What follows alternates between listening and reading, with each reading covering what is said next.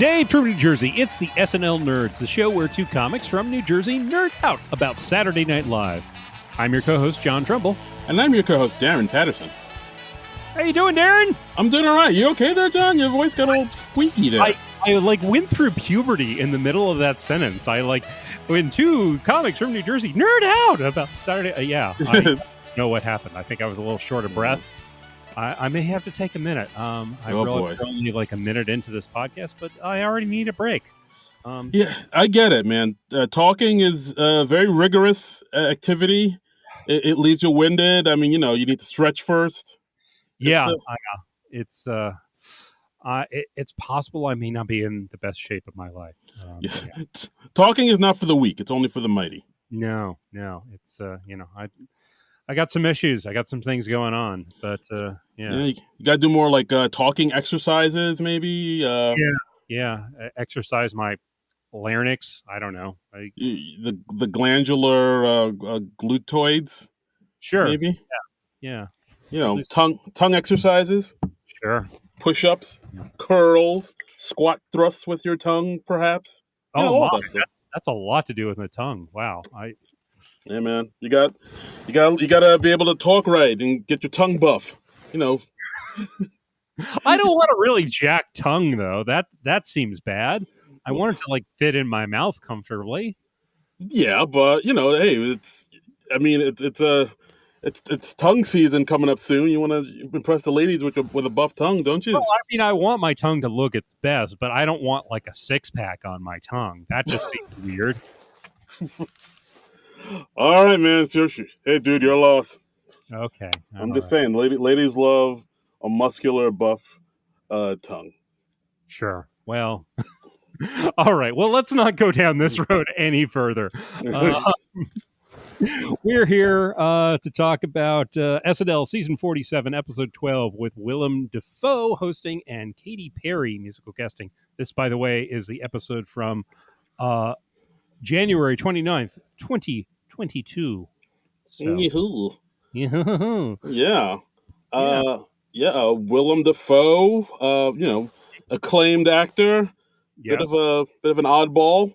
Yeah. Willem Dafoe. Willem. Yeah, the fact that his name is Willem, I still can't get over that. That weirds you out? Yeah, it's because for the longest time I thought it was William, because that's the name I'm used to, but no, it's Willem. And then you saw his name in print, and then you realized you were wrong. Yes. Okay. Wait, what? I'm just saying. Got it. Okay. I see what we're doing here. Yeah. Okay. Right off the bat. Well, I am, and I'm sure all of our listeners are looking forward to finding out which jokes you did not get this week, since we've had 2 weeks running where you did not get a joke in the podcast. And we may have uncovered this in the first few minutes of the show. You did not get the host's name. So, wow. Yeah. Actually, wait. This is breaking news. Apparently, his birth name is William James Dafoe. Okay. So he just changed it to Willem? I guess to be more distinctive. I did see a thing. He was on Conan O'Brien's show a while back and Conan had this footage of when Willem Dafoe was like a student actor, and back then he pronounced his last name as Dafoe. Dafoe? Yeah. That sounds like some weird detergent from the Ukraine or something. Well, I think that's why he changed it. I mean, like Conan was like, have we been pronouncing your name wrong all this time? And it's a cool clip. You should look it up on YouTube. It's a cute clip. Okay. And you also get to see like young college age Willem Dafoe with like longer hair and stuff. And back when he was a young roustabout. Yes. Just a hoodlum in these streets, just causing all types of riffraffs. Right. Doing crimes. Yes. So he's hosting for the first time. Katy Perry returning as the musical guest for the 5th time. I don't think was she the musical guest when she hosted? She hosted the show once, I know. I looked it up. No, she was just the guest and She was a guest host. Musical guest was the artist Robin. Oh yeah, okay, I remember that. That's always funky when they have a musician host, but then they're not the musical guest on their episode. That's always a little funky, right? Yeah, because like I remember last time when Adele hosted, but she wasn't the musical guest. Right. The Yeah. artist her was, and that's like, well, I mean, you're already here. Just just bust out a few tunes. What's the problem? I mean, I wonder if that's up to them, like if they don't want to split their concentration, or if who knows? There are probably so many factors that go into it.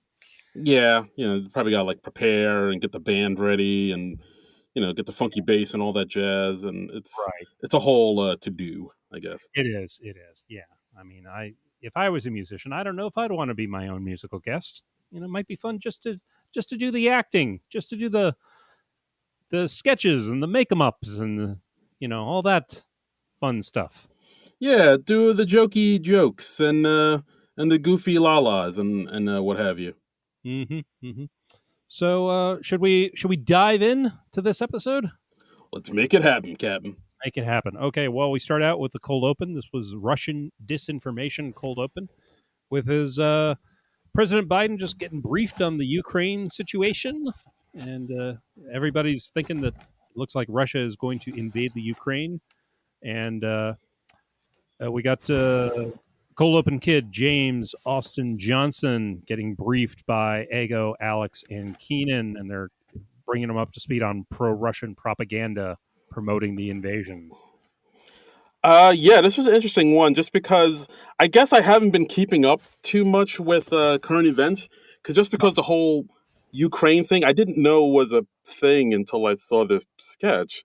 I was like, Mm-hmm. oh, something's happening over in the Ukraines, and Yeah, they've been talking about it for a few weeks now. I know. okay, I think it's just one of those things that where nobody really knows much, but it's apparently Russian troops are gathering at the border. So yeah, people are thinking something's going to go down very soon.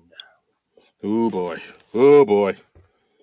Yeah. And yeah, so basically the premise throughout the sketch is the people briefing our President Biden about all the propaganda and all the misinformation they're putting on Facebook. Russia's putting out on Facebook for the Ukraine, um, and posting things like Neil Young will threatens to remove his music from Spotify unless Ukraine surrenders. Hmm. And then of course, then they go into other things like how there's TikTok videos out there trying to Right. spread information through that way. Memes that we had the most interesting man in the world guy who's like, I don't always get invaded, but when I do, I make sure it's from Russia. Uh, Yeah, So a lot of things like that. We had a thing with Kyle and Kate as Ukrainian teenagers who were promoting it. We had Pete Davidson pop up as Aaron Rodgers and Chris Red as his friend Jay from Russia, who's right. it's like a parody of the Jake from State Farm commercials. And ultimately they brought in Chloe as Biden's new Secretary of Defense, Michaela, and it's spelled in the bad way, Mm. just so you know. And she's like this 20-something who says the way we get them is we break down our enemies psychologically, and she did it before with Rudy Giuliani. So Right. And then I think Biden was saying, "Hey, why can't we do what we usually do? Do something that everybody can get behind, like a drone strike." right. And the audience was like, "Ooh." And didn't they also had another TikTok thing? And who was in the TikTok video where they were saying that like turned into a sexy nurse? Was that Sarah? I couldn't quite recognize whoever it was. That was Sarah Sherman. All right, I thought it was, but it was so different from her usual look. I wasn't sure. No, Uh, no, it's Sarah Sherman. She was like, she was kind of made up as like a Ukrainian woman, and then she turned into this like sexy nurse in a white outfit. right. Just Yeah. to let y'all know, Sarah can get all sexy if needed. Yeah. And then earlier we also had Andrew Dismukes and Aristotle as like TikTokers doing a dance. So what'd you think of this cold open, Darren? I mean, like most cold opens, they touched on a lot of things that kind of go all over the place with this. Yeah. I guess overall, though, it was all right. I don't know. Hmm.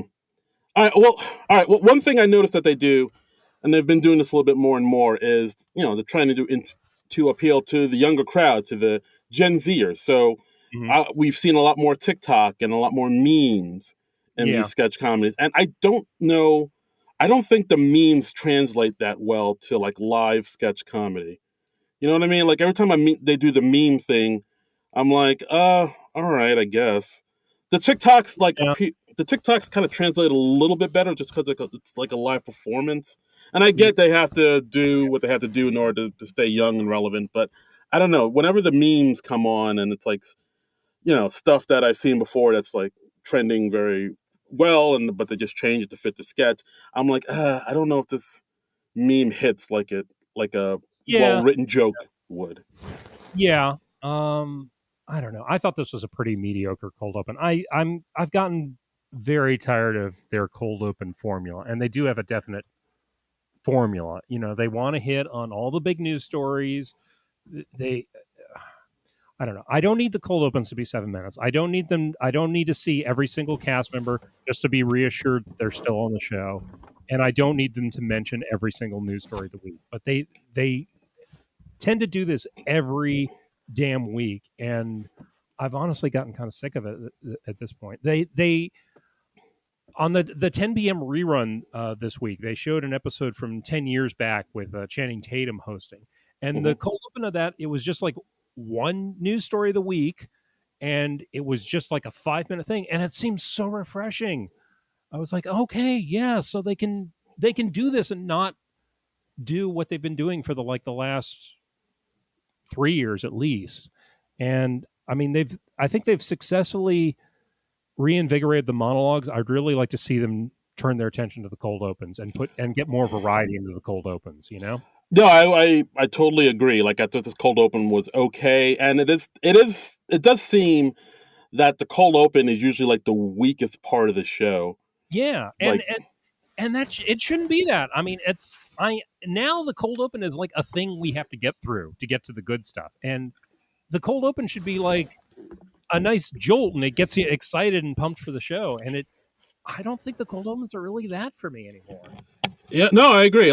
I've always seen like the cold open as like the icebreaker, or Hmm. like when a host opens up a comedy show, like it's somebody to like get you jazzed for the rest of the show. Somebody to like sort of be like, hey, how's it going? How's it going? Somebody to just bring up the energy.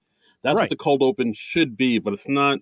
For the last few episodes, it hasn't really been that. It's just something that kind of touches on a little bit of everything that Yeah. happened in the past week, and it just touches on so many things and goes into so many different directions. It kind of And it ends up, dilutes it. I mean, yeah, and I also feel like they're just trying way too hard to serve all so many cast members. I'm just like, look, just give us like 4 or 5 cast members. We'll see the rest of them in the rest of the show. We don't have to have everybody and always have to have like a mob scene saying live from New York. Um, yeah, they and do that quite a bit, and it's like, yeah, they're doing that more often than not too, and that's, I mean, and that's fine every once in a while, but yeah, give us hell, give us like a one man cold open, just give us like Biden addressing the nation or something, or that yeah, is that. I mean, it's weird that something like that is seen as like, just like out there and out of left field. Like one person cold open. What are you mad? yeah. I don't want to see formula set in too much in any one part of the show, and I really feel like that's how the cold opens are right now. So Yeah. So yeah, this cold open was, like you said, mediocre. I thought it was like, all yeah. right. All right. So next we had the Willem Dafoe monologue, where he talks about how he's often cited to be like over the top, and again they showed a meme. They showed a meme of him, making kind of a crazy face, and he's like, "Ah, I look like I'm about to push somebody off a building, but no, I was just reading a book." And I don't know if they did Photoshop work on that picture, but whoever did it did a nice job. Yeah, I tried to find out what movie that was from, but I couldn't. I couldn't find it. Yeah, I Uh, don't know. I've seen that picture many a time before, but yeah, don't know. but yeah, so Willem Dafoe comes out. His voice is just so raspy too. I've noticed. It's just like Hmm. he's been smoking menthol since he was 2. Just like, Yeah, yeah, hey everybody, what's going on? Everybody? Like a yeah. like a blues singer. He's got some he's got some character to his voice. And Uh, he talked about how one man's over the top is another man's engaged performance, and he says like, "I'm not one of those subtle actors like Nicolas Cage or Al Pacino." I like that. That was he had a nice sense of humor about himself. right, and so I thought that was going to be the rest of the monologue, where it was just him talking about his life and everything. But then they kind of did this thing where William, he mentions that he's from Appleton, Wisconsin. So Hmm. once he does that, then it cuts to the audience, and it's Mikey and 80 as a couple from Madison, Wisconsin, and then becomes like an audience, them asking him questions and saying, "Oh, we're from Appleton too." Yeah, Yeah. And they're like, "Oh, we've seen all the Spider-Man movies," and they're mistaken about some of his credits. They say they loved him in Full Metal Jacket and The Passion of Christ. But they've also seen him in Speed 2 Cruise Control. And he's like, yes, that was me. that yes, he was in that. Yeah, I was actually in Platoon and Last Temptation of Christ, not those other two, but yeah, I was in Speed 2 Cruise Control. And then Hey, he demonstrates that he can still do his Wisconsin accent. yeah, even that sounded kind of creepy and scary. Um, this was cute. I don't think it was one of the stronger monologues of the season. I don't know. I guess I wasn't quite ready for them to go back to the let's have let's have cast members planted in the audience. I wasn't quite ready for them to go back to that well again yet. Yeah, no, I agree. And like I think the fact that like they decided to play on the fact that he's from Wisconsin, I was like, Hmm. well, is that an interesting enough fact in order to build a whole monologue around, or at least part of a monologue around? Like, Yeah, yeah, I mean, all yeah. the I think the psycho thing was maybe a little more fertile ground, where he would say, like, he says that people always tell him he should play the Joker, and he's like, it's always nice to hear that you've got the vibe of a psychopath. Um, yeah, I thought that was a more interesting route to go for a monologue, but they were like, oh no, they call it bubblers in Wisconsin. yeah, I was yeah. like, all right. Yeah, the Joker thing is funny because I remember, like, in the lead up to the first Tim Burton Michael Keaton Batman movie, I remember reading an interview with the screenwriter of the movie, Sam Hamm, and he said that his choices for the Joker role were Ray Liotta or Willem Dafoe, and Wow. those yeah, and both of them were like, oh yeah, I could totally see that. He I he he wanted somebody closer in age to Michael Keaton, uh, just to emphasize the doppelganger thing. I mean, those are very different actors. Yeah. I mean, Willem Dafoe, I get. Ray Liotta, is it because Right. he has that? Is it Yeah. because he has that laugh? Maybe. I think it was also just I remember the interviewer saying like, oh, without his makeup, the Joker would look like a Bruce Wayne, and he was like, yeah, the Joker has to be a conceited guy who like when he's disfigured, he redefine his vanity says like beauty is what I now am. So Hmm. yeah.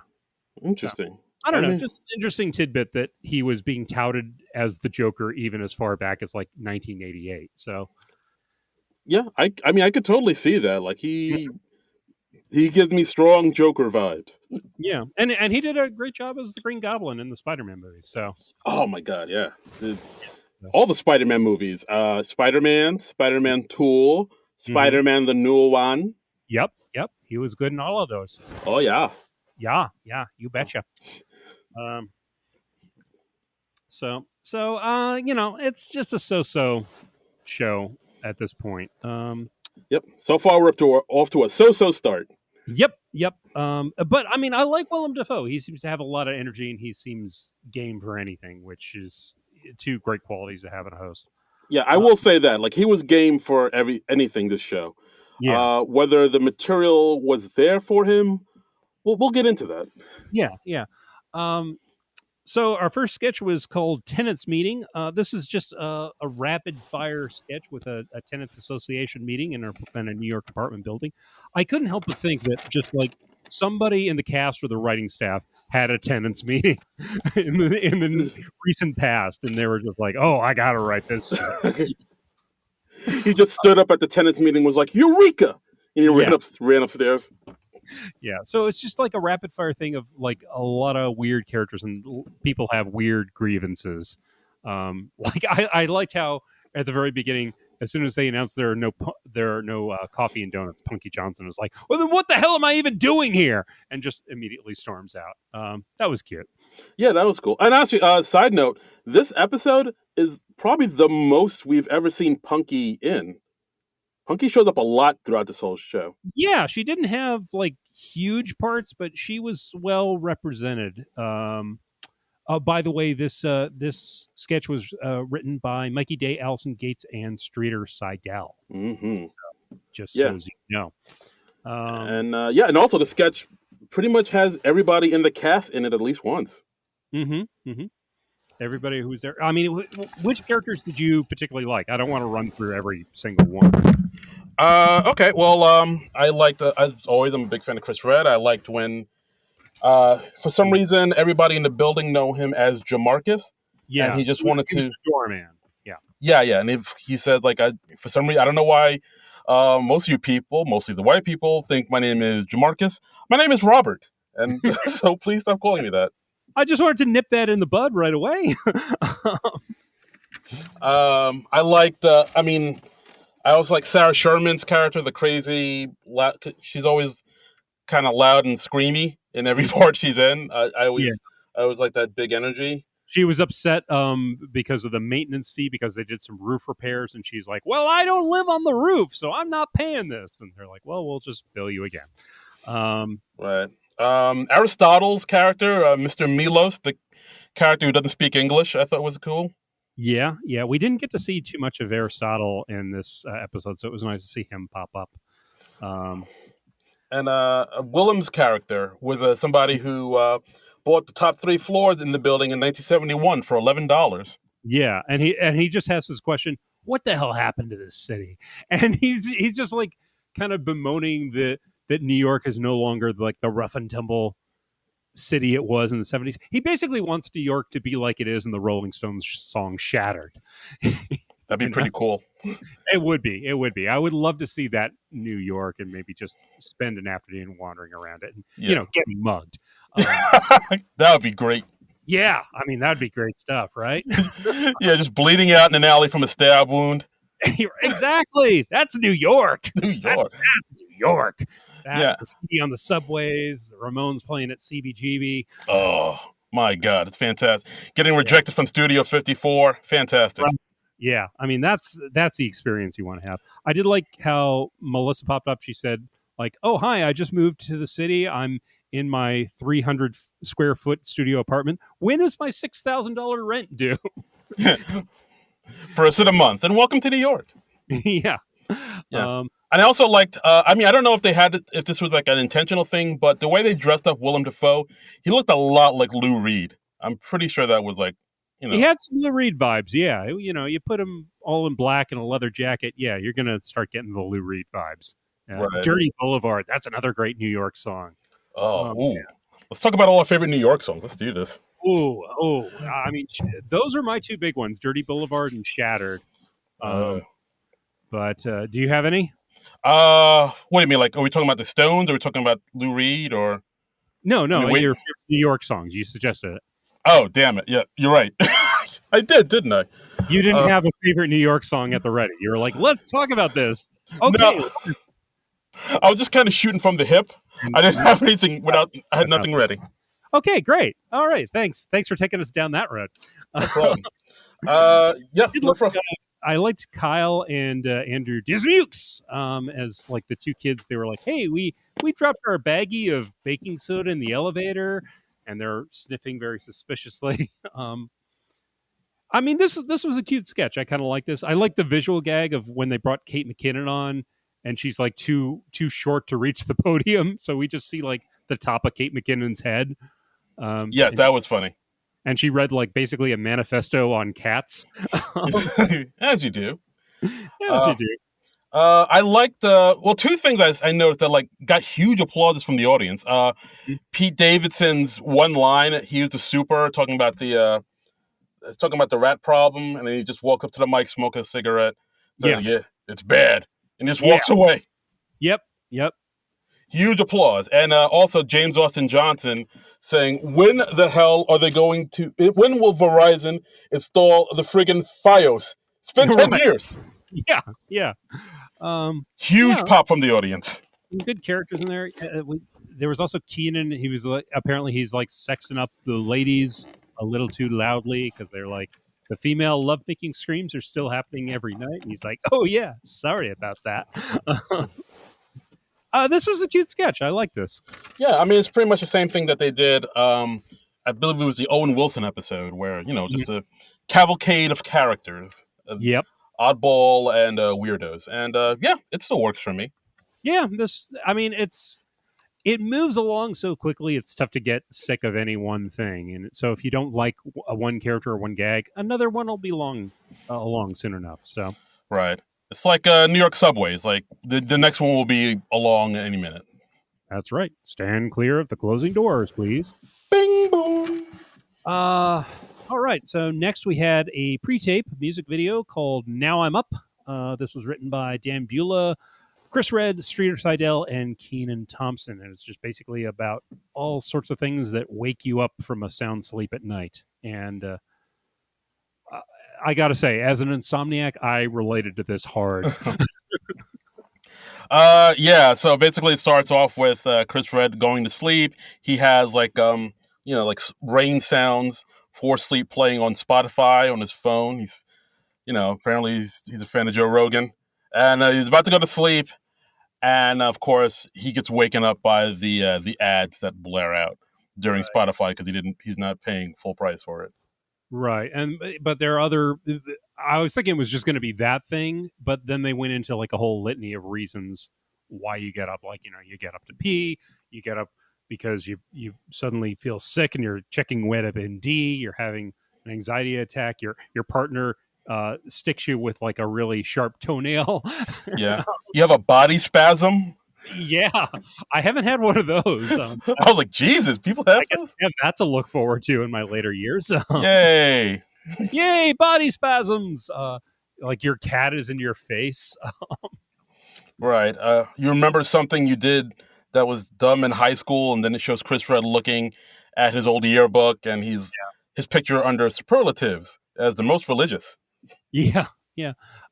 This was cute. I like this. This was it was funny, and like I said, I related to it because a lot of nights I have trouble getting to sleep. So. Okay. Yeah, I thought this was cute enough. I mean, it seems more relatable than funny though. Like I don't know, like as far as the jokes go, it was more like, hey, you know how hard it is to go to sleep? That's funny, right? It was more like that than it was like actually kind of hilarious. I did get a kick out of at the one point where Chris Redd is up and he's watching infomercials because that's the only thing on. He turns on an infomercial for an air fryer. We see Willem and Heidi selling it, and Willem's really selling it, saying, "Hey, you want wings? Ba boom!" Yeah, he had strong infomercial energy in that. Yeah, he. I mean, Dafoe like committed hard to everything they gave him to do in this, and it was cool to see. Yeah, he was there. He came to play. He came to play. He left it all on the field last night. That's right. All right. Next we have a dog show. This was a Badminster dog show with Willem and Katy as the hosts, and they were celebrating dogs that prevent their owners from having company or intimacy. So just basically dogs that have problems of some kind that make it difficult to be their owners. Right. I see. I know before before we got on these mics, you were mentioning how this sketch has Anna Dreesen as one of the writers. The writers were Katy Bryant, Anna Dreesen, Mike DeCenzo, and Tesha Kondrat. Okay, so I think, and we also mentioned that Anna is no longer on SNL, but like she's still listed as a writer on this sketch. And from what I've heard, this sketch was actually one of the sketches that was supposed to be in the Paul Rudd episode in December. That did not happen because the world died. Right. For like the fourth time, I think it was. Yes, exactly. Okay, yeah, because I was going to say, it's just cruel to have a dog sketch without Cecily there, and Cecily can't be there because she's still doing her Broadway show, and she's isolating because one woman show. So I Right. think she would have been on the December show if I remember correctly. So Possibly, yeah. yeah, or maybe she was prepping for that. I don't know what the timing was. Um, what is time? Yeah, it's, does anybody really know what time it is? Now that's Chicago. That's not really a New York song, is it? No, it's not. All right. It's the first one I thought of. All right. I'm just trying to keep you honest, my friend. I will come up with my favorite New York song by the end of this episode, I promise. Okay. All right. We're all waiting with bated breath. Googling right now. Furiously. Furiously. Okay. So, I mean, they had cool categories in this. They had the Shaky Dog Awards where there was a dog named Luna and they had like a whole list of her fears and things like balloons and the Netflix startup sound and the sound of Spanish being spoken. Oh boy. And I could relate to this as well. I've had like jumpy dogs. I remember we had one dog, a little beagle named Amigo. He would just go nuts whenever we had the vacuum cleaner going, and he would just run around and bark at the vacuum cleaner. I mean, that seems to be a thing with all dogs. They just hate vacuum cleaners, right? Helium balloons would also set him up. He would like bark at helium balloons floating up to the ceiling. Oh boy. Yeah, and yeah, occasionally people of other races, which was always a wonderful embarrassment. My next door neighbor's outside mowing the lawn, and he's just barking up a storm, and we're just like, oh, we're really, really sorry. Our dog is just apparently racist. Oh dear. And what can you do? What can you do? Got to go out and buy those Black Lives Matters T-shirts and wear them proudly, just so people don't think you're. Yep. Sorry about that, brother. Hey, let me give you some money. Yeah. And let's see. There was a mean dog category with a dog named Pigeon, they said was a straight up sexual predator. I thought this part was amusing because it's like Andrew Dismukes is carrying this dog. I think it was like a beagle. And then the dog is just being very affectionate with Andrew Dismukes. And I'm like, this is so not a mean dog. This is like the friendliest dog I've ever seen. Yeah, I think at one point, because Kate and Punky, again, are the judges in this show, in this sketch. And so they asked Andrew, like, all right, so why did you choose this monster to be in your life? And then he goes on and says his lines, but as he's doing that, the dog is just straight up licking his face in the most loving way possible. I was like, that dog is adorable. Give me that dog now, please. Giving Andrew Dismukes and some sort of mildly uncontrollable animal, it seems to be becoming one of SNL's go-tos, because they would do that on the Dionne Warwick show where they'd have him with like a parrot or something like that, and that just seems to be always good fun. Is just watching Andrew Dismukes be uncomfortable around animals. Parrots, dogs, octopuses, telling him he's gonna die. Things like that. Yes. All those things. Let's see. And then they had Chloe with a dog from the non-walking group, Blueberry, who just like sits in the corner. That was Chloe, wasn't it? Yes. Yeah, and she was like, okay. Oh, and then finally she just like picks up the dog and carries him over to where he's supposed to be. They're like, the dog can walk. He just chooses not to. Yeah. The dog is medically unable to be in a car. Yeah. They were very creative with all these reasons. And then finally we had from the medical group Gizmo, who was wheeled in a stroller, and then they explain in great detail how his weird little dog penis is too big for his frame and all the problems that causes him. Yeah, they goodness. They really went into description. I was like, we could have pulled a little of this back. This felt like it was drawn from somebody's life. Yeah, just somebody with a dog that just won't allow them to have a life outside of him. Yeah, we've had a lot of dog owner problems on the SNL staff. It seems like. Indeed. Yeah. This was amusing. I liked it. And, hey, I'm an easy mark. I always love seeing doggies. I Uh, yeah, when we give us a sketch with doggies, I'm already halfway there. I'm pretty happy. it's hard to hate to hate a sketch with dogs in it. Yes, yes, I thought this one was cute too. A lot of quick rapid fire dialogue in this. Like you said, like a describing of the dogs and their background.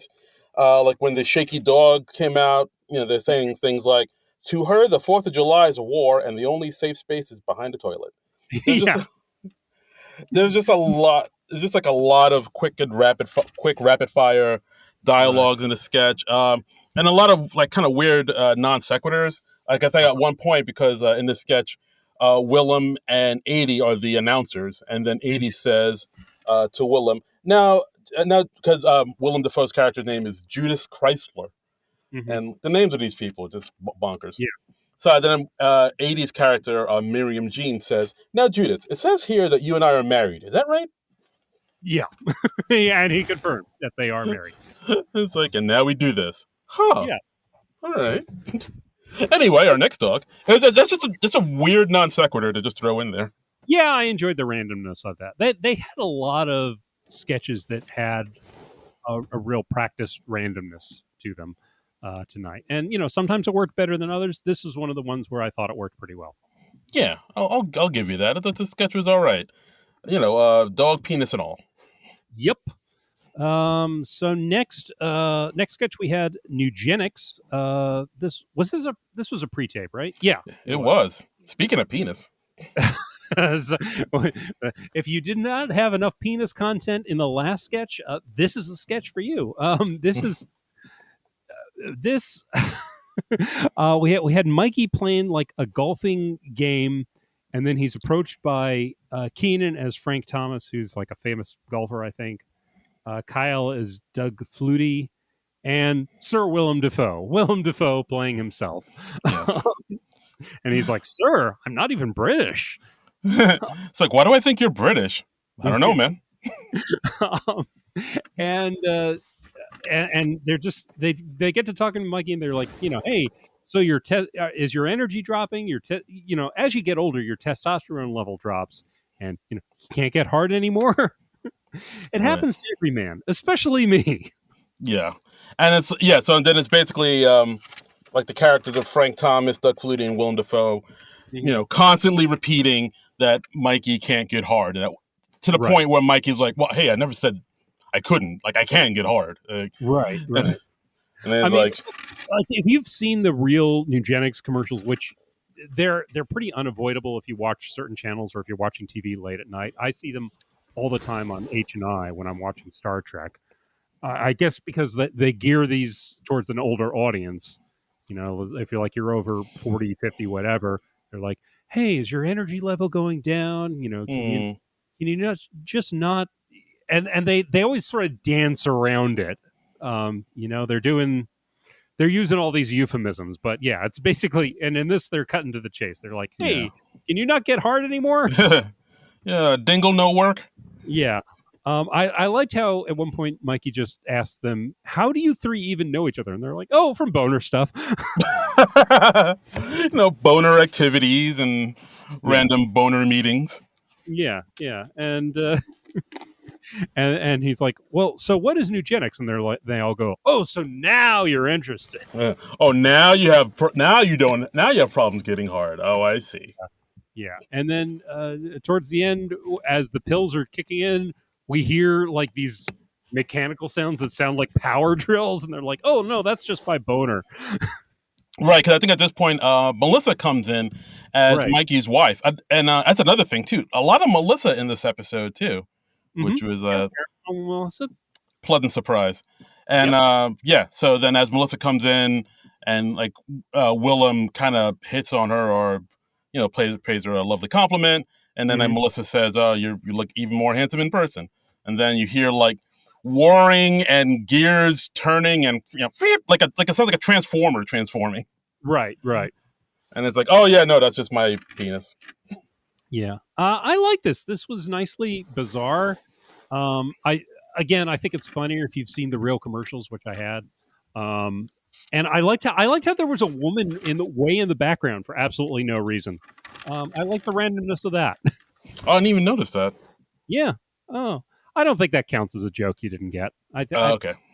That's like a background element. I mean, Okay. if you want to count that as a joke, yeah, all right. But Yeah. don't have Oh. credits for this. I would, if I had to guess, I would guess Mikey and Streeter had something to do with it, but that's just a guess on my part. Don't Yeah. have I would any say credits on that one yet. maybe the Please Don't Destroy guys. Maybe. Maybe, but tip of the hat to whoever wrote this, though. This might have been my favorite of the night. I think. Yeah, this one gave me a laugh and a chuckle just because it ended on such an oddball note, and it kind of played into what Willem is good at, just the weirdness and screaming in pain over your crotch. And insanity, and yeah, just over the top intensity. Uh, Yes, yeah, intense crotch pains. yes, yes. So yeah, this was a winner. Next, we had our musical guest of the week, Ms. Katy Perry. Uh, she had quite the set for her numbers. Indeed, it was like something out of A Bug's Life or The Smurfs.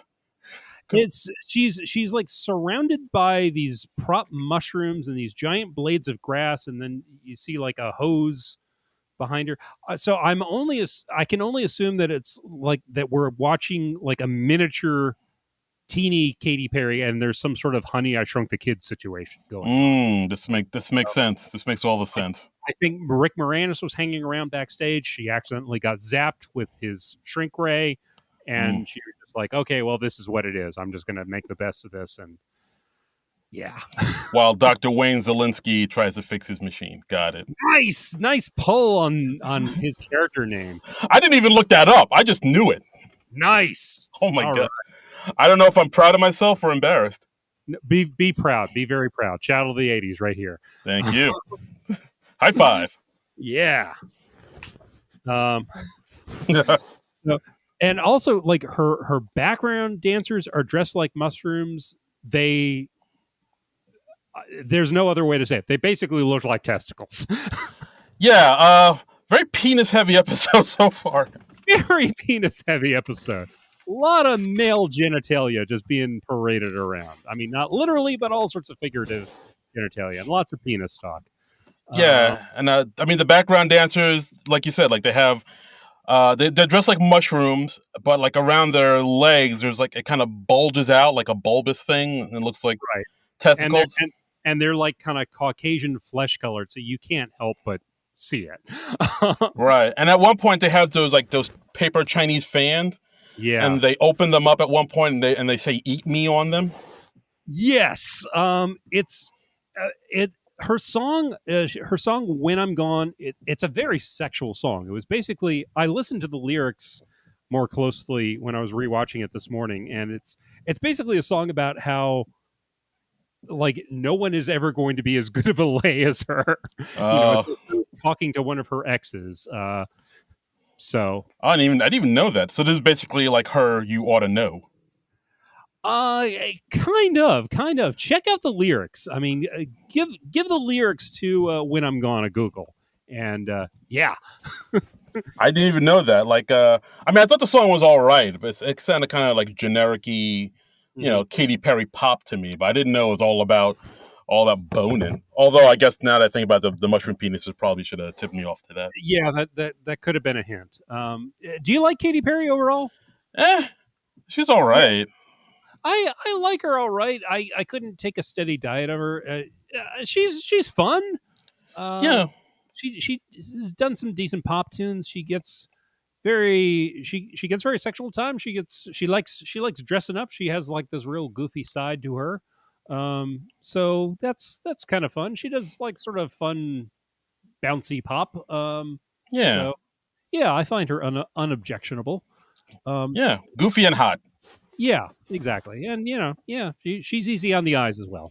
I think we all remember where we were when that Bronx Beat sketch came up. The Elmo T-shirt. Yep. Yep. Who Yeah. boy, Uh, who It left a Ooh. mark on a generation. Many marks. Uh, okay. I'm sorry. All right, I'll take that back. Yeah. Her second number was called "Never Really Over." This was like a ballad. I was surprised that it was still the mushroom set. I was kind of expecting her to change it up more completely, but no, still the mushroom set. She had a guitarist sitting on a mushroom, a piano player at another mushroom, a smoke machine.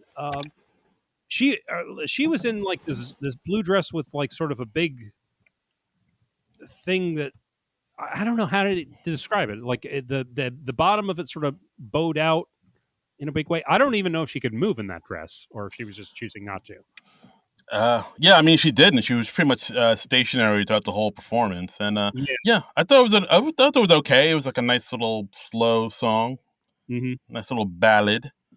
Yeah. Um, yeah, I mean, overall, at both of these performances, I was like, all right, that's Yeah. okay. I think they were solid performances both. Yeah.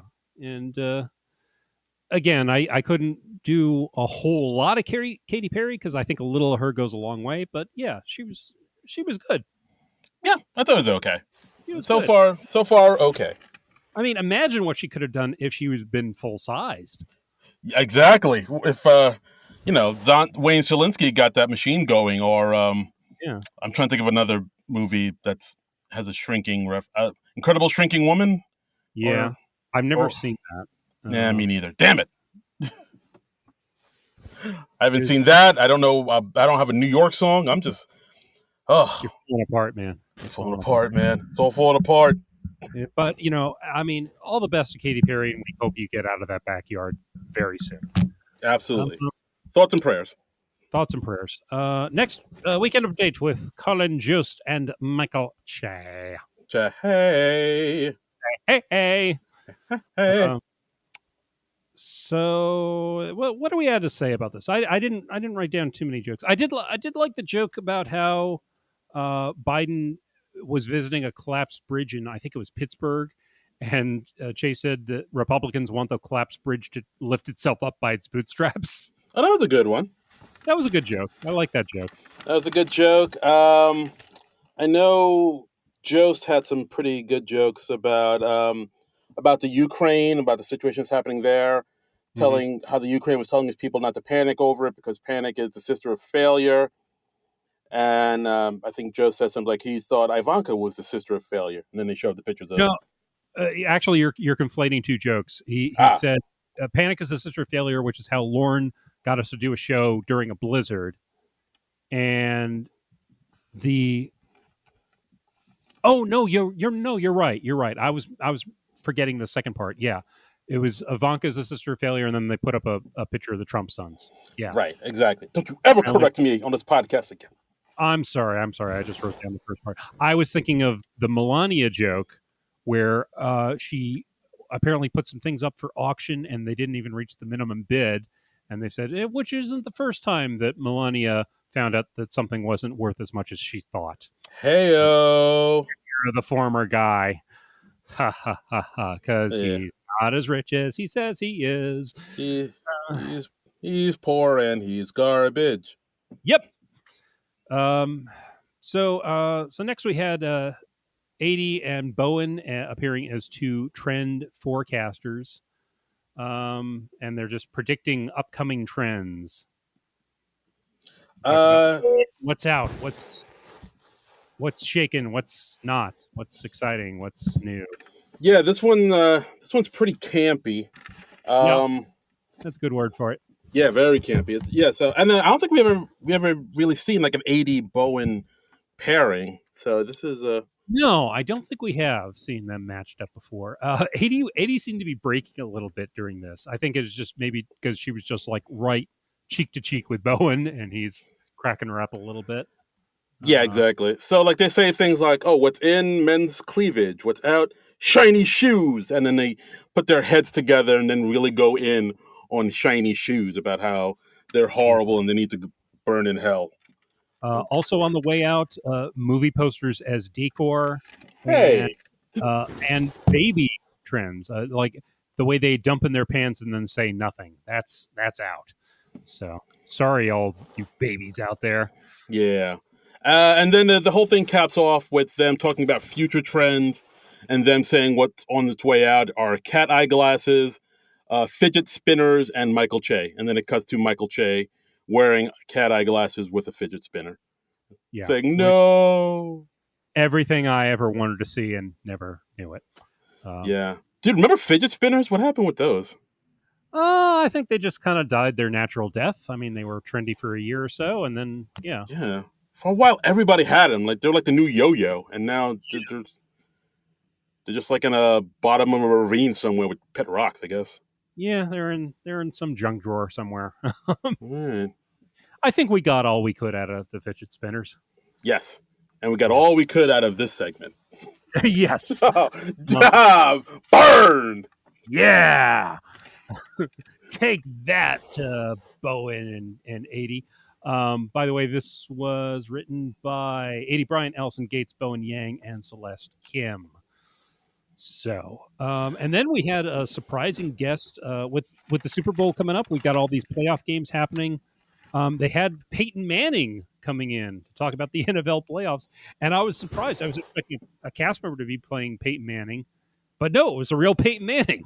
Yeah, when they said Peyton Manning, I really thought it was going to be, Pete or somebody dressed as him. But it was like, Yeah. it took me a minute. I was like, oh, no, that's actually Peyton Manning. Hall of Famer, two-time Super Bowl champ. Peyton Manning, yeah. And honestly, I wasn't too excited because I'm not a sports fan, particularly not a football fan, really. And Peyton Manning, I find a little irritating just because I see his commercials and I find his voice very irritating. So I was like, oh, this is gonna suck.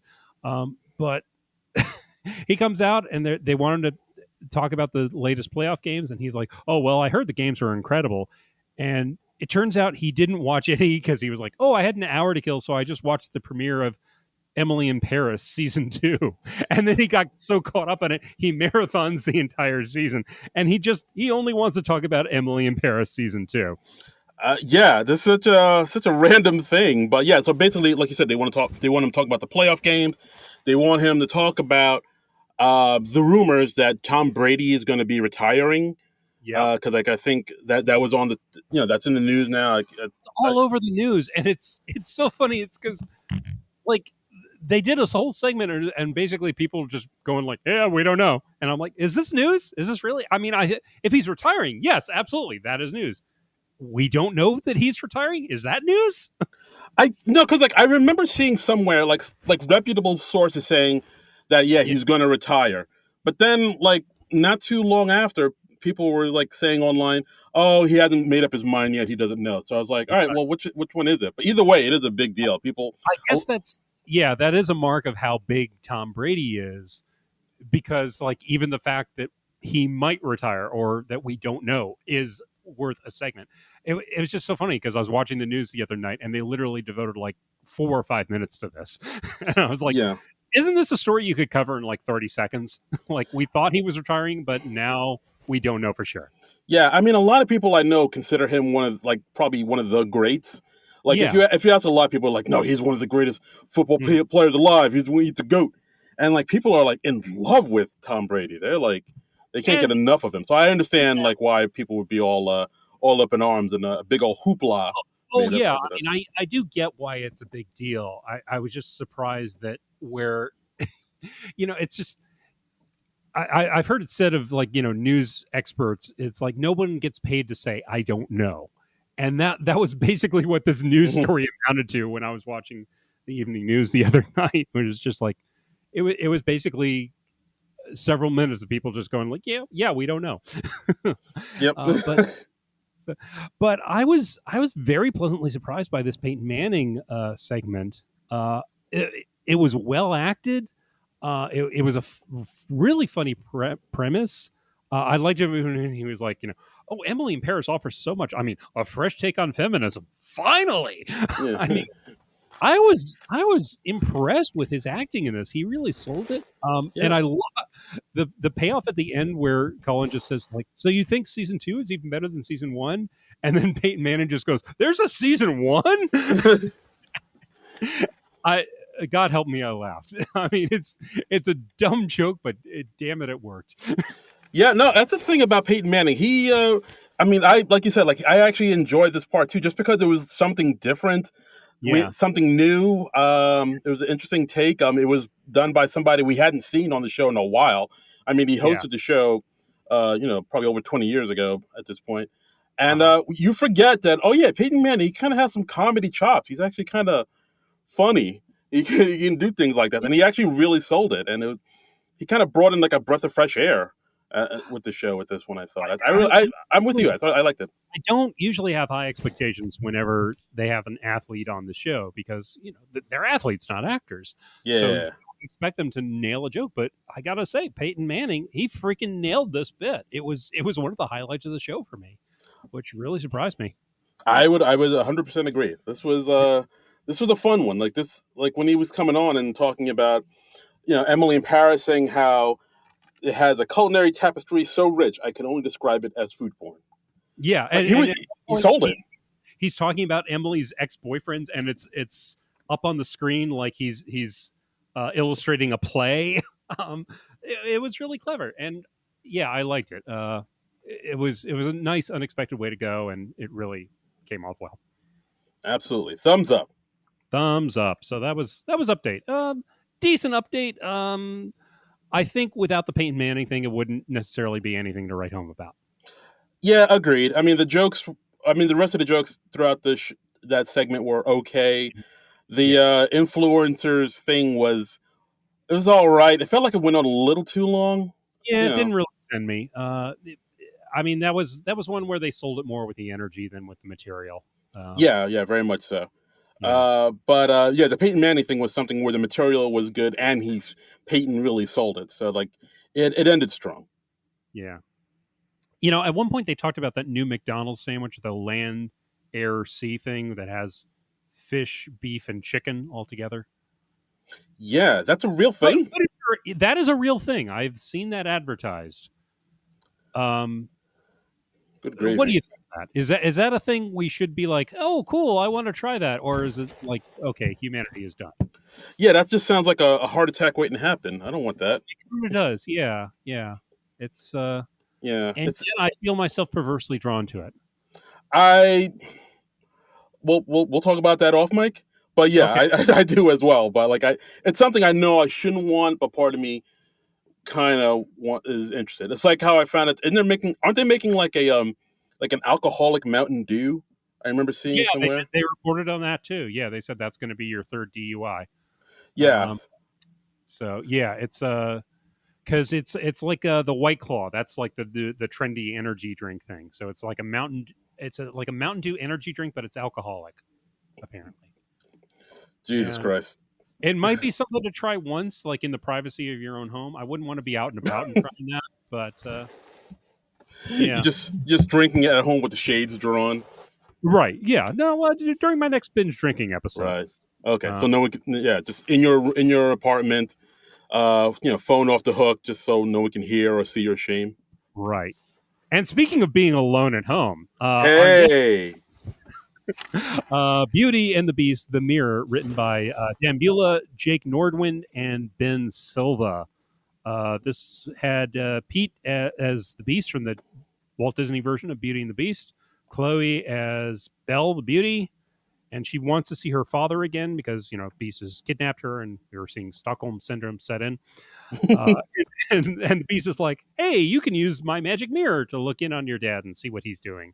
And so she looks in, and Willem Dafoe is playing her father, and he's like, "Belle, Belle, are you home?" "Oh no, she's not home. I'm all alone." And then it becomes apparent very quickly that he's like starting his masturbation ritual. Yeah. It's very like as soon as I saw the premise of the sketch, I was it was when Belle was looking in the mirror and he was home alone. I was like, Yeah, oh, okay, he's gonna stroke off. Okay, I get yeah. it. I mean, well, anytime they do a Disney thing, we are of course going to steer it into some dark and twisted territory. So yeah, what better way to do that than Like introduce? every time they do a Disney thing, it's like, all right, it's gonna get into some twisted sex shit. We're gonna see some sick shit now. Yeah. I mean, and I'm fine with that, but it's like I don't know. Every time that, I'm here for it. Yeah, but I don't know. It seems like it just happens every time. Like the last time they did this Beauty and the Beast sketch, where it was Beck Bennett as the Beast, and he like had sex with the teacup or something, and he had like a I don't Oh yeah, know. yeah. Yeah, or the Kardashian episode. Did that Annie thing where we find out Daddy Warbucks is in a club that's eating people. Um, Yeah, so yeah. Well, yeah. I mean, it's an easy way to go with it, and hey, it works. I'm not going to say it doesn't work. Um, so yeah, so Belle's dad is like lighting candles. He's turning photos down. He leaves one up. He's like, "You watch me." Yeah, it's a picture of a horse. Yeah. It's like, what are you And into, man? we had. Well, hey, let's not kink shame. I you Let's know not kink shame these cartoon characters. I apologize. You're right. Hey, you're into what you into. The heart wants what the heart wants, and so does the genitalia. That's beautiful, man. Is that from a greeting card? That's for my new greeting card company. That's gold, Jerry. Gold. I mean, again, this is impressive from a technical standpoint, just with all the costuming that they do. I mean, the Beauty and the Beast outfits they're pretty much nailing it. We had Mikey show up as the candle. I think it was called Lumiere. Is that right? Yes, Lumiere. Lumiere. Keenan as the clock. Punky as the teapot. Who at one point just goes, "Oh, he's nasty. He nasty." Again, Punky's showing up. Punky showing up. And Kyle showing up as Chip, who all the innuendo is going right over his head. He doesn't know what's going on. Right. Yeah. So I mean, in this sketch, it's basically it seems like Willem is actually doing most of the heavy lifting in this sketch because like he's by himself and it's kind of up to him to sort of go over the top to kind of dance like no one's watching, if you will. Yeah. At one point, like no one's watching, and yeah, at one point he doing all sorts of things like no one's watching. Oh, indeed. At one point, we see him spanking himself with a writing crop. Yep. I think he's talking to a picture of his deceased wife, and he's "I wish you were here to, be with me and step on my groin."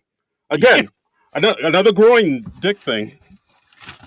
This was a very genitalia oriented episode of SNL. I didn't really realize it until we started going into it sketch by sketch, but oh my goodness, this was graphic. This one's for the penises. I mean, yeah. Wow. So this was all right. I think it maybe ended a little weak. You want the big masturbation sketch to have a bigger finish. No pun intended. But yeah, like I think it ends with Pete trying to sing the song "Tale as Old as Time." Yeah. But then he says, "Oh, that's the song I would sing if we had the rights to it." Yeah. And it was kind of right. And Chloe finally. Yeah, I mean, this got the thought. Go ahead. Yeah, no. I was gonna say you can finish. Go ahead. Well, she finally tumbles to what's going on. She breaks her magic mirror, and Pete's like, "Oh, nay, don't worry. I've got like 30 of them. So yeah, we can watch him go to town on himself even more. We can be the voyeurs that we want to be." Right. And again, I'm not going to kink shame these cartoon characters. You know what? You're right. I apologize. If you want to spank yourself with a writing crop and get stuff on your own, you have your crotch stepped on, you go for it, my friend. You do you, as long as you're not hurting anybody and it's all consensual, which with masturbation, I'm assuming it is. I mean, Louis C.K. would say otherwise, but yeah. Well, yeah, that's bringing another party into it, and yeah, that's. I'm assuming with a traditional masturbation where it's just you're just doing the one player option, right? Original recipe, exactly. OG masturbation. Absolutely. But yeah, I thought the sketch was okay. It's like you said, it kind of fizzled out, and the fact that I was able to sort of predict it was like, all right, I guess this is what they're doing. But did you predict every turn in it? Because that's unusually specific. Maybe not the writing crop. I mean, I knew it was going to go in the way. It's like, all right, he's Willem Dafoe's Home Alone, and he's gonna, fine. He's going to do something weird because Yeah, what else is going to happen with Willem Dafoe? right. Oh, come on. Dabble in the ways of self love. Yeah. So I was like, all right, this is where they're going. But I mean, I don't know. Willem Dafoe again, game for it. He dives head into this God sketch, and bless him. Yeah. yeah, he holds He was, nothing back. yeah, he went all in. Uh, Oh, indeed. all right. Next, we had a pre-tape from our friends with "Please Don't Destroy," and I'm hiccuping. Excuse me for that. It's called Martin's Friend. This, of course, written by the Please Don't Destroy guys: Martin Harley, John Higgins, and Ben Marshall. And in this, Martin's got a new friend, Connor, who's 10 years old. Yeah, apparently he's hanging out with a 10-year-old kid, and the 10-year-old kid Connor is like at one point he's practicing his violin, and then another point he wants to pitch Colin some jokes. Yep. He has the joke about what do you call a white bitch with dreadlocks? Yeah, you're like, oh no, that's going nowhere good. Yeah, and they're asking Martin, hey, how did you even meet Connor? And he's like, oh well, we're on the same soccer team, as if that explains it.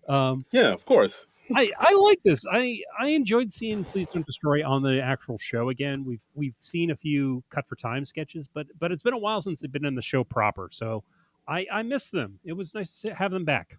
Yeah, I mean they always add like a burst of energy to the show. Like their sketches are very quick, rapid fire type of things where like they'll talk about like I said, like at first in the beginning it's Connor playing the violin, and then telling offensive jokes, one pitching to Colin Jost, and it's like them talking about playing soccer, and then it goes into Martin wanting to order some food for them, and he gets himself some noodles with butter, and he gets Connor a porterhouse steak, and like it kind of goes all over the place. It's very rapid fire, very quick paced. Yeah, but it's so fast. Again, I mean, you just let it wash over you. I like that John is really offended at Connor, and so he decides to eat Connor's steak in retaliation, and he chokes. And then Connor performs the Heimlich maneuver on John. And interestingly enough, they play the song "Hero" during that by Nickelback, which I remembered when I was rewatching the sketch. That's on the soundtrack of the first Spider-Man movie, which also starred Willem Dafoe. It all comes together. It all comes together. And all those people did a movie with Kevin Bacon. That's right. Wait, did they? Probably. I don't know. I don't want to look it up. All right, Willem Dafoe. What movie was he in with Kevin Bacon? Like I feel like there's one. I feel like there's got to be, but we can 6 degrees this. I mean, do we want to though? Nah, we don't. Okay, let's just move on. I'm still trying to think of. Yeah. Write in. Let us know how it goes. Yeah, write in and let us know how you connect Willem Dafoe with Kevin Bacon, and we'll probably not acknowledge it. Right. I'm still working on. Yeah, I'm still working on my New York song. Yeah. No, I mean, we've only got another sketch or two for you to come up with that. So yeah, get to work, buddy. And then the kicker at the very end, we have Colin Jost come in, and he liked Connor's update jokes because Colin's a racist, apparently. Michael Che has been trying to tell us that for years. He's tried to warn us. We just didn't want to listen. Didn't want to listen, and now here we are. Yeah, but hey, this was cute. So next we had another segment of Good Morning Columbus with Bowen and Ego as the newscaster hosts. Mikey as the guy in the field. He's interviewing an author played by Mr. Dafoe, Dr. Benjamin Bloom. And in Bowen's intro, he has a few too many B's, and so he accidentally says the name of Dr. Bloom's book, Knowing Yourself, as Blowing Yourself, which just gives a excellent mix-up quality to everything that they do and say after. It's like everything is related to oral sex. Get it? Again. Penis, penis, penis. We got so many penis jokes in Penis. Whoo! Penis song. Penis. It's all day long. That sketch was written by Conan O'Brien, by the way. But this sketch was written by Streeter Seidel and Will Steven. So yeah, so it's Dr. Bloomy is talking about how you have to dig down deep and just get deep and do the work uh, and then Heidi comes on and asks his wife, and she's like, "Well, it's harder for me to get there because women are more complex. They have more nooks and crannies to explore." Which it means something different when you're thinking it's about masturbation and going to town on yourself. Heyo. And Mikey Yeah, tried and some then they exercises. Yeah, yeah, and then again to yoga positions, and then the yoga positions are them like it looks like they're trying to blow themselves, and perform oral pleasures on themselves. And that's it. Mouth sex. it's okay to suck. It's how we learn. So, Hey. and So, and at one point, Willem reaches over and puts his hand on Mikey's head, which that was really over the top. hey now. I kind of wondered, since this was a recurring sketch, because they've done this more or less a few times before. I remember like there was at least one version with Scarlett Johansson. Um, and I was wondering why it was so late, since it was a recurring sketch, and I was thinking like, oh, is this too suggestive? But like looking back at the sketches that we previously covered, no, it's not more suggestive than anything else they've done. Yeah, John, this is like our ninth sketch, centered around penises. Like It it's seems not like, this. yeah. So many penises. I do want to give a little shout out to Andrew Dismukes, who, when Bowen and Ego are panicking, they try to cut over to the sportscasters played by Andrew, and they're like, "Hey, you want to give us your Super Bowl predictions?" And Dismukes just goes, "No, let's let this play out." I really like that. That was a quick thing, but really funny. Yeah, he's good at like kind of delivering those quick one-liners. Like Mix is good. Dismukes is really growing on me. I'm liking him a lot. He's really coming into his own. Yeah, he's a solid performer. Mm-hmm. Anything else to say about this sketch? I mean, I think you think performing like a sketch like this would be hard, but it was solid. It stayed up there all the time, and they went to town on it. Yeah, it was really erection. Yeah, I just come out and say it. yeah, But yeah, I thought the sketch was okay. I mean, like it's something we've seen before. I think they did it at the something like this during the Chris Pine episode, and it's like, yeah. all right, you misheard what the person said, and it's now everything's coming out all But misconstrued. they still generally work for me. I mean, they've done this maybe 3-4 times, but they worked for me every time, and they're clever with it. So Yeah, I thought it was okay. yeah, I don't feel like they've driven it into the ground yet. Yeah, it's true. It's been long enough that it doesn't feel like oh, I've seen this before, even though I have seen it before. But yeah, I thought it was all right. I thought it was okay. Yep, yep. Um, Yeah, I just remembered another one that they did. They had the Invest brothers, and they were introduced as the Incest brothers. Yeah, I think that was the Chris Pine one, if I'm not mistaken. It could have been. It could have been. Yeah, that was a standout, as I recall. But yeah, yeah, and I remember another one with Scarlett Johansson, and she was interviewing a zoo photographer. I think. Yeah, that sounds about right. I'll Like I don't remember what the exact pun was, but it was like the way they mangled the title. It made it sound like he was sleeping with the animals, and of course he wasn't. He was just oh shooting. dear. So, Oh dear. so all right. That's all I vaguely remember about when they've done this sketch. So, should we move on to the next sketch? Yeah. Final sketch of the night, 10-1. Mm-hmm. This was called Office Song, with written by Allison Gates and Kent Sublette. I was actually kind of surprised that they put this sketch in, just because, like, when it came on, for some reason, I was looking at the time, and like I thought the Good Morning Columbus sketch would be the last one, because it looked Yeah. like it was getting so close to 1 o'clock. You're like, there's no way they can squeeze in one more sketch. And SNL's like, aha, that shows what you know, Darren Patterson. We can do one more sketch, and it's only going to span like let's say 3 minutes time, 3 minutes 44 seconds. Yeah, it's like a little over 3. Yeah, But I was surprised that they put this. A part of me felt like this was kind of like a last minute thing, just because in the sketch we see like Willem kind of flubbed his lines a little bit. So Mhm. maybe part of me thinks, well, did they just throw this in and he just got like only a few minutes to learn his lines, or I could be Well, wrong. I mean, they got cue cards, so yeah, maybe he just yeah, I think he misread something at one point. Okay, But it wasn't a big deal. It didn't derail anything. yeah, that's true. I could be Cut wrong. the man some slack. He performed oral sex on himself in the last sketch. All right, valid. I'll allow it.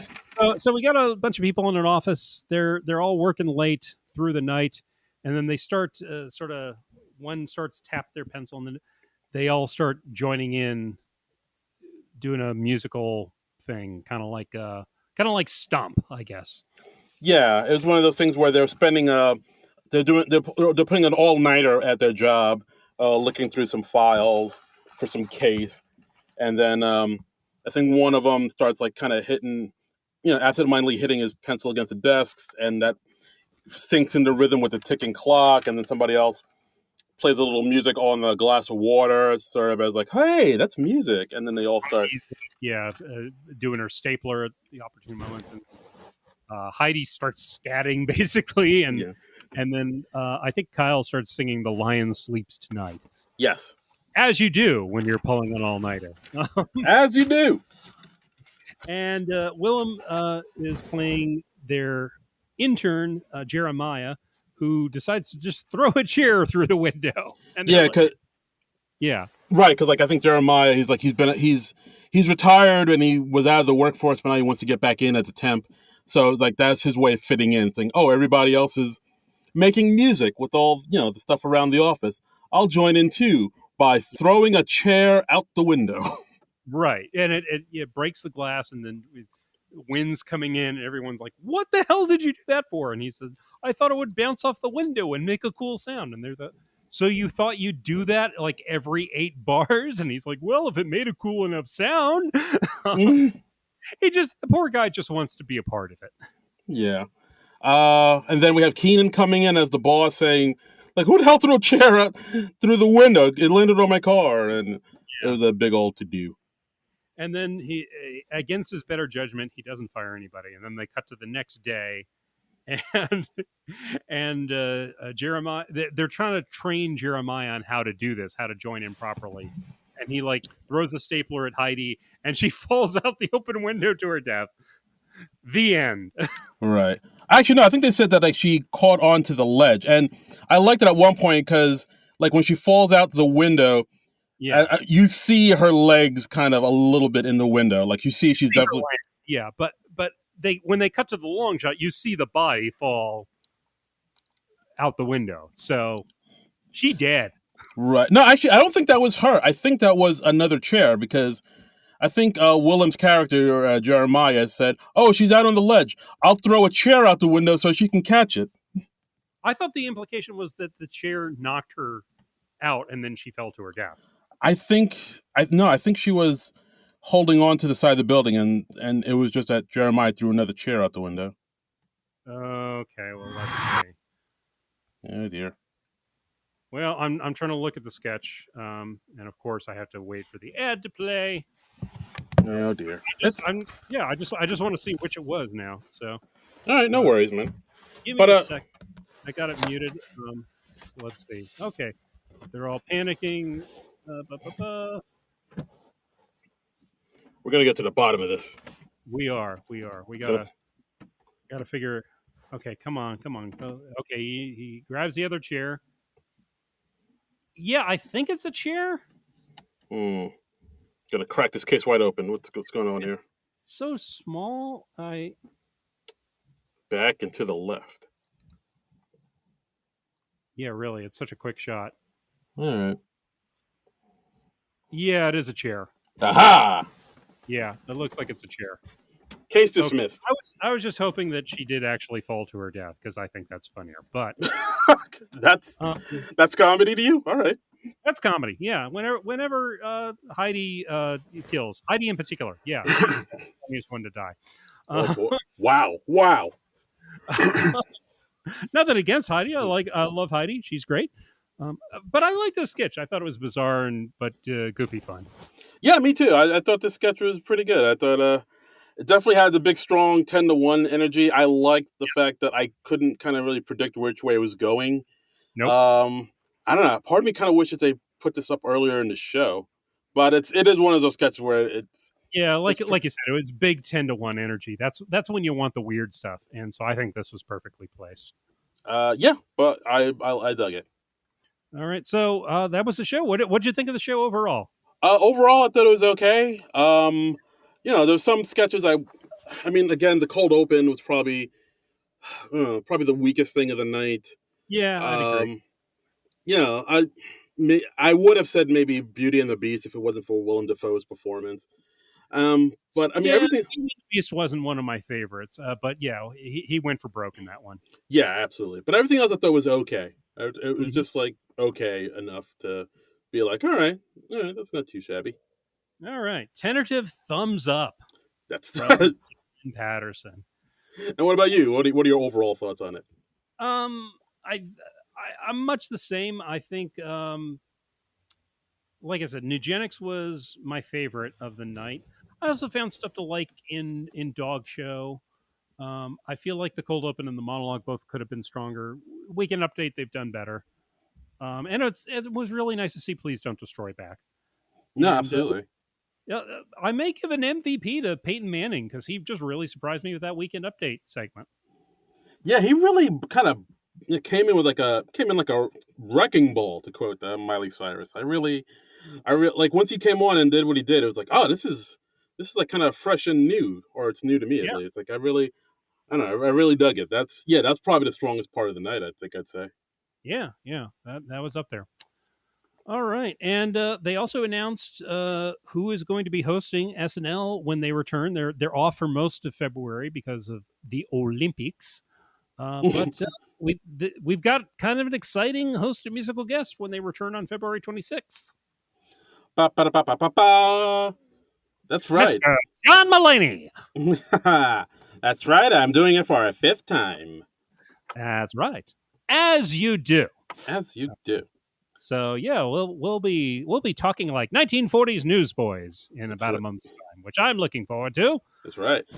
It's Yeah, always a good time when Mr. John Mulaney hosts Saturday Night Live, and yeah. he's certainly had an eventful year. Yeah, I really want his monologue to be like a Chappelle level or a Chappelle length 15-minute monologue because he has. I mean, all right. Aside from the fact that this is going to be his fifth time hosting, he's going to be a Yeah, five timers. uh huh. It's like you said, a lot has happened between the Yeah, last time he hosted and now. he So he has divorced his wife. Wait, he's gone into rehab. He's divorced his wife.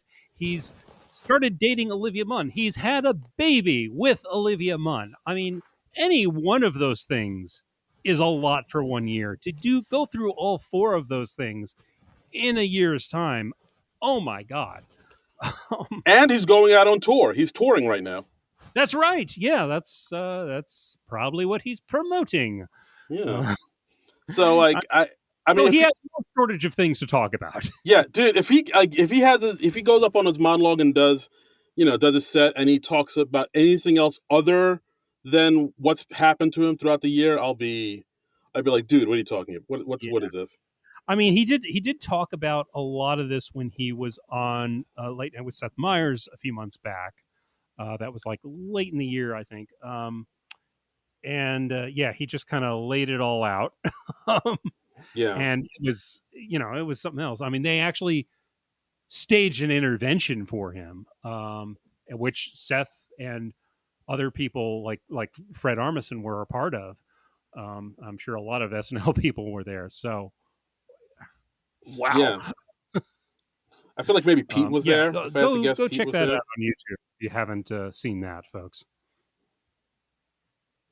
Absolutely, yeah. So, February 26th, we're getting Mr. John Mulaney for the fifth time. This should be an interesting one. I think a lot of people are looking forward to it.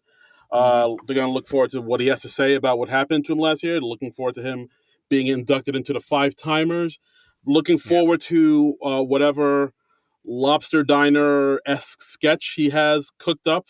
I Because, mean like, we yeah that's the one of the expectations at this point. Yeah, I mean, if he doesn't do it, I think I'd be actually okay with it because like it's now become like a thing where he's hosting, so he has to have some big musical performance on. And it's Well, I like, think that's kind of the fun of it, though. So you know, I think I would be a little disappointed if we don't get another Lobster Diner type hmm. sketch. And he's there. Colin Joseph's there. Write up another one. Chop chop, get to it. Come on, chop chop. Amuse me, boy, amuse me. Yes, dance for me. And yeah, on that episode, musical guest LCD Sound System. Uh, Hmm. Second time on the show. Okay. When have they been on before? When did they do that before? I do not Uh, recall. when Chris Pine hosted back in Oh, the Chris Pine show. Oh God. Why don't you just marry the Chris Pine show? oh, I don't know. Maybe I will. Okay, I'll go watch the Chris Pine show again. Ooh. Got another Good Morning Columbus. It's got LCD sound system. I remember they did a Star Trek sketch with Spocko. You you have a crush on the Chris Pine episode. You want to be his Well, boyfriend. who doesn't have a crush on Chris Pine? He's a Yeah, beautiful, beautiful man. he is. And I've also noticed this too, that whenever, like it's happened recently, like whenever John Mulaney hosts, they always have the musical guest who's like kind of connected to New York City in some ways. It's always like a very New York centric episode whenever he hosts. I Like can't say I noticed that with the musical guest, but all right. like the third time he hosted musical guest was David Byrne. Okay. After Loved that, that. after that it was The Strokes, Yes, loved that. and now it's And LCD he, Sound he System. he got a jacket from Fabrizio. He got the coolest jacket from He did. Fabrizio. He did. Yes. That's one of those jackets like only a few people can like really pull off. Yes. And the last time he hosted was right before he fell off the wagon. Yes, that happened too. Is what he said on Seth Meyers. So Again, just a hell of a year. he's got to talk about it. He's got to.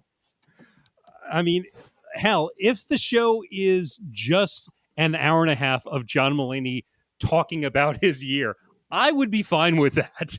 Yes, yes, long form. That's what I want. He could just like talk for 40 minutes and then he says, "Oh, by the way, here's LCD Sound System. They play a song." Then we go back to John Mulaney talking about his year for another 20 minutes. Then the LCD Sound System plays a second song and then good night. I would be fine with that. That's a good show. If the entire episode is a one man show, written by and starring John Mulaney, Right. that's I mean, my chef's kiss. That's all. That would be fantastic.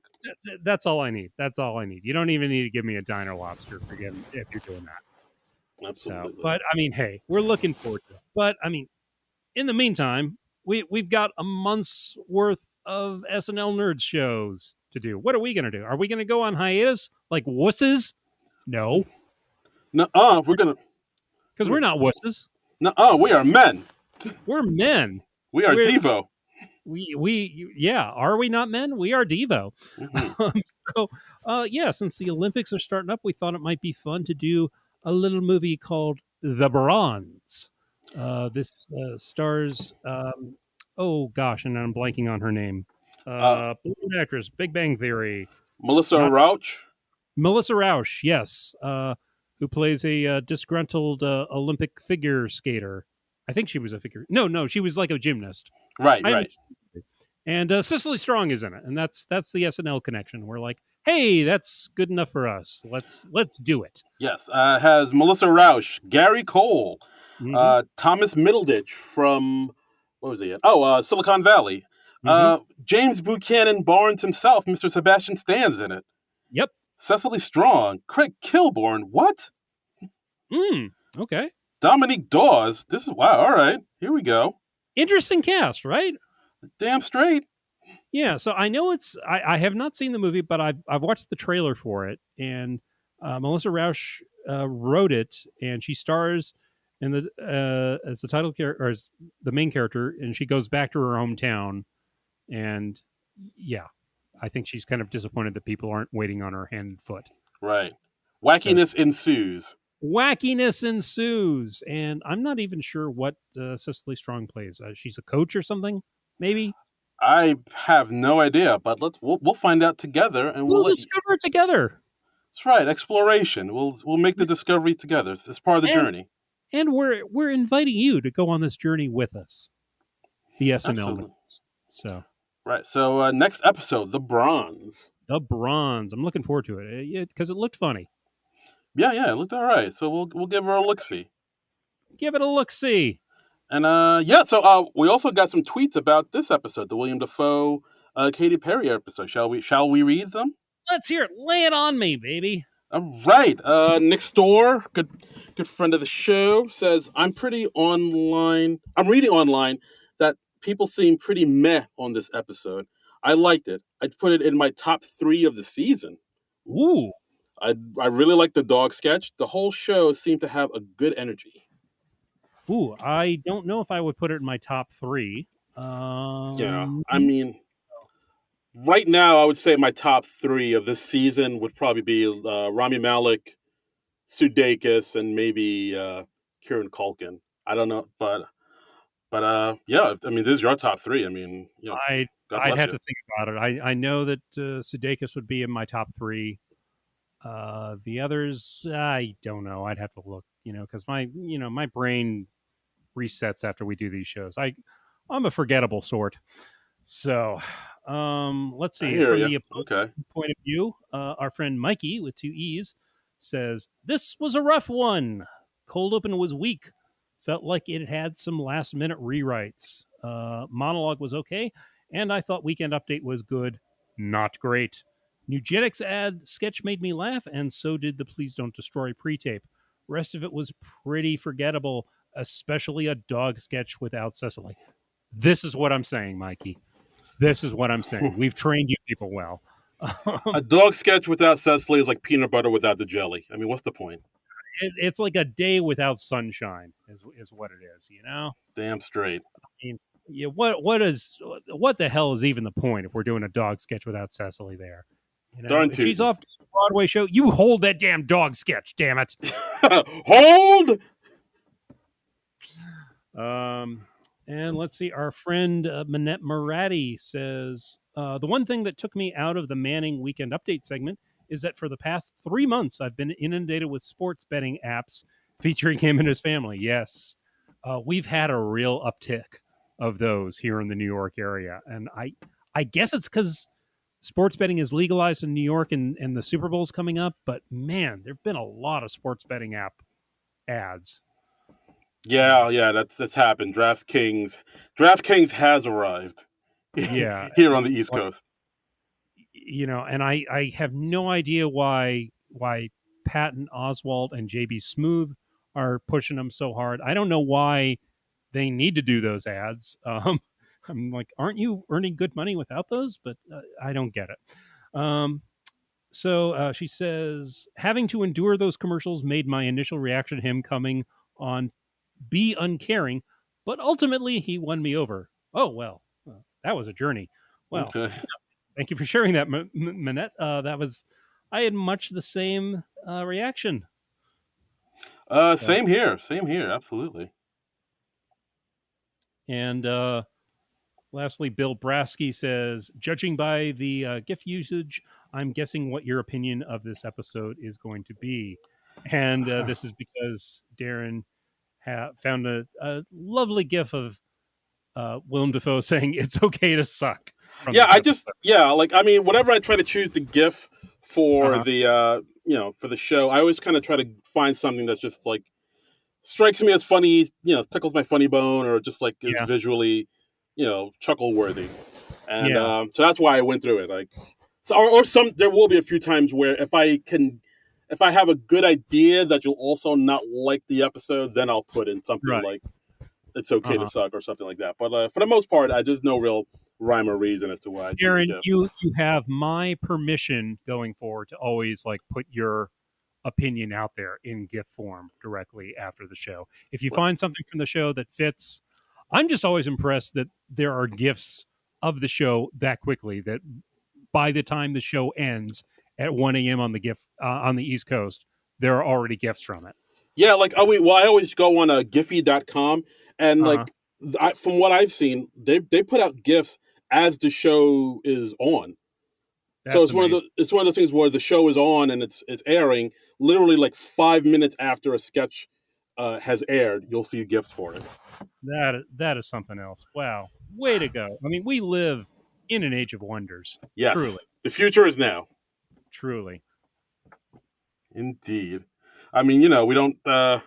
We still have a deadly virus out there and all that jazz, but we can get GIFs at the ready. So I mean, we're doing all right. Priorities, people.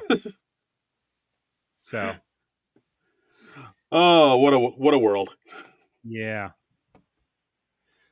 So anyway, so that's it. That's our show for this week. In the meantime, before we return next week with the bronze, you can follow us over on the Twitters at SNL Nerds Show, and yeah. Yeah, and as always, you can follow us on our Patreon at non-productive.com/SNL Nerds. Donate some money to us. Throw us a few bones. Leave us a review for the love of Pete. What? Well, I mean, that don't cost you nothing. We haven't had one of those in a while. And if you leave us a nice review, we might read it on the show. Yeah, we'll shout you out. Don't you want that? Don't you want your name up in lights? And Yeah. by lights, I mean us saying it. Right. You can have that. That's kind of like lights, right? Kinda. I mean, except not at all. All right. You can also, if you want to, follow our individual Twitter and Instagram accounts.